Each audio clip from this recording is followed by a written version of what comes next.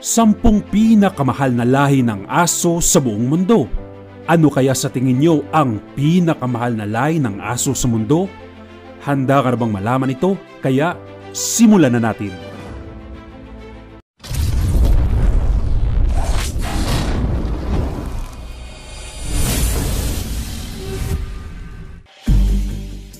Number 10. Afghan Hound.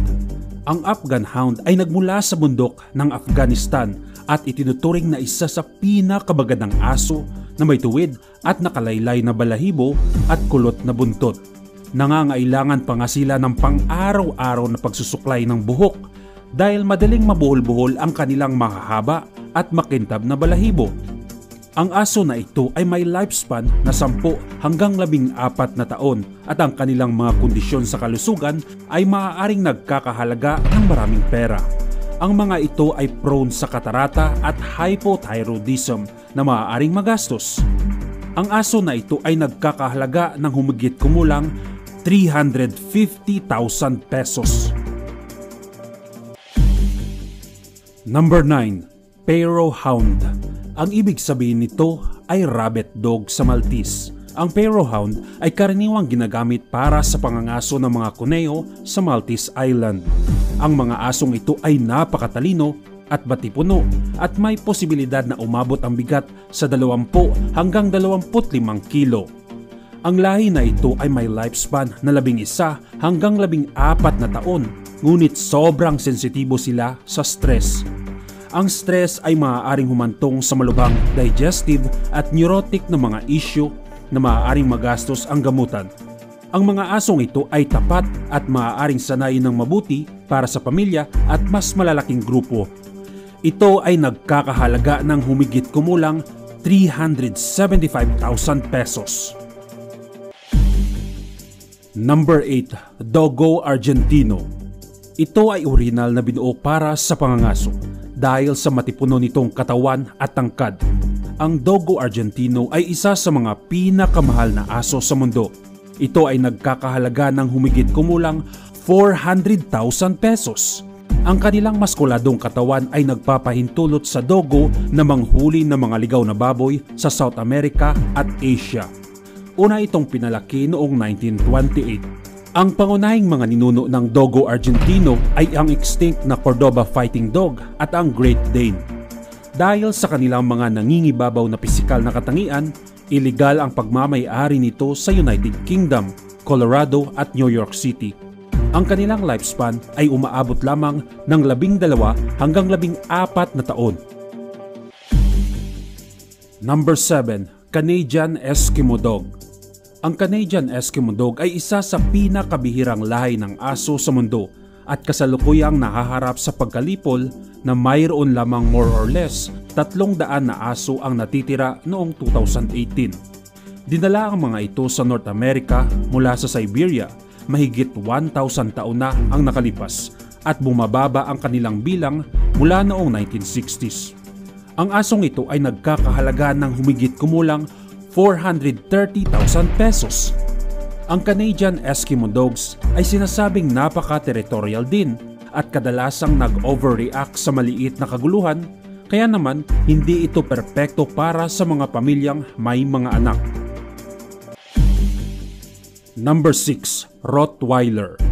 Ang asong ito ay maaaring mabigla sa ilang mga tao dahil ang mga Rottweiler ay mas karaniwang lahi kaysa sa lahat ng iba pang mga aso sa listahang ito. Ang asong ito ay nagkakahalaga ng humigit kumulang 450,000 pesos. Ang lahi ay lubhang madaling kapitan sa halos lahat ng sakit o cancer para sa mga aso, lalo na sa mga issue sa balakang at mga kasukasuan. Maaaring asahan ng may-ari ng Rottweiler na magastos ang kanilang insurance taon-taon. Ang kanilang lifespan ay mas mababa kaysa sa ibang lahi ng mga aso. Mayroon lamang silang 8 hanggang 10 taon. Gayunpaman, itinuturing silang isang mahusay na alagang hayop ng pamilya dahil sa kanilang katapatan at pagsunod sa kanilang mga amo. Number 5. Azawak. Bilang isa sa mga pinakabagong breed noong 2019, ang Azawak ay isa rin sa pinakamahal. Ang asong ito ay nagkakahalaga ng humigit kumulang 475,000 pesos. Nagmula ito sa kanlurang Africa. Ang mga ito ay pangunahing ginagamit sa pangangaso at kamag-anak ito ng Middle Eastern at South Indian Hounds. Ang lahi ay kakaunti lamang sa North America, ngunit nakakuha ng katanyagan pagkatapos na kilalanin ng American Kennel Club noong unang bahagi ng 2019. Bilang aso na ginagamit sa pangangaso, mabilis na gumaling ang mga Azawak mula sa mga pinsala at ito ay may hereditary condition.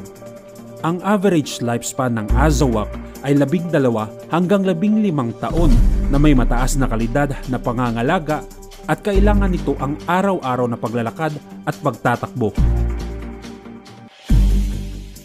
Number 4. Tibetan Mastiff. Ang napakalaking aso na ito ay napunta sa Amerika mula sa Tibet kung saan pinuprotektahan ito ang mga tupa mula sa mga mandaragit tulad ng mga lobo, leopard at oso. Ang Mastiff ay maaaring umabot ng higit sa 70 kilos para sa mga nasa ustong gulang na lalaki at sila ay nagtataboy sa ilan sa mga pinakamabangis na hayop. Ang asong ito ay nagkakahalaga ng humigit kumulang 500,000 pesos. Sila ay unang ginamit bilang mga tagapag-alaga at tagapagtanggol.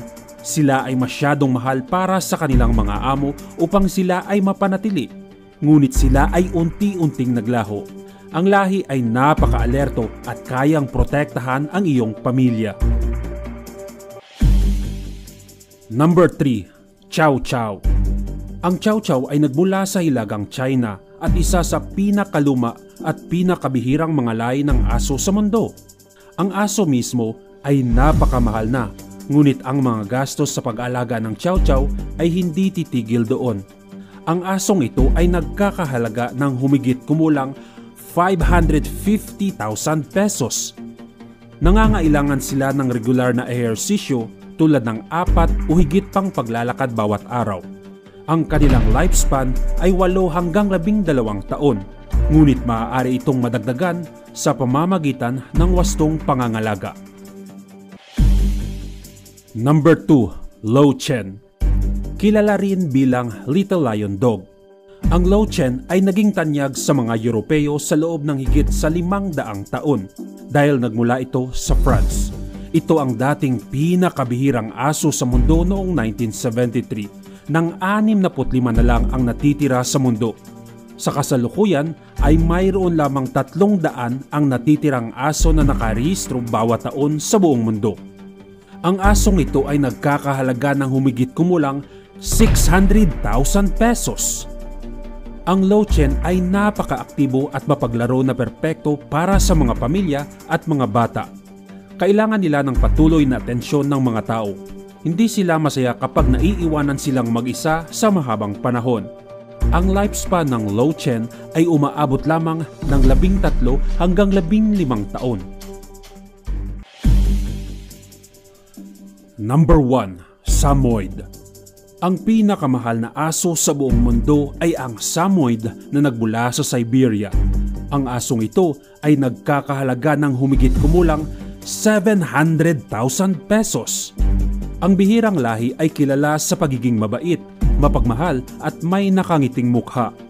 Ang pinakamahal na aso sa mundo ay may malakas na pakiramdam na tumakas at gumala ng milya-milya, kaya palaging tiyakin na nakatali sila. Sila rin ay napakatalino, sosyal at malikot na aso na palaging humihingi ng atensyon, kaya perpekto sila sa mga pamilya at mga bata.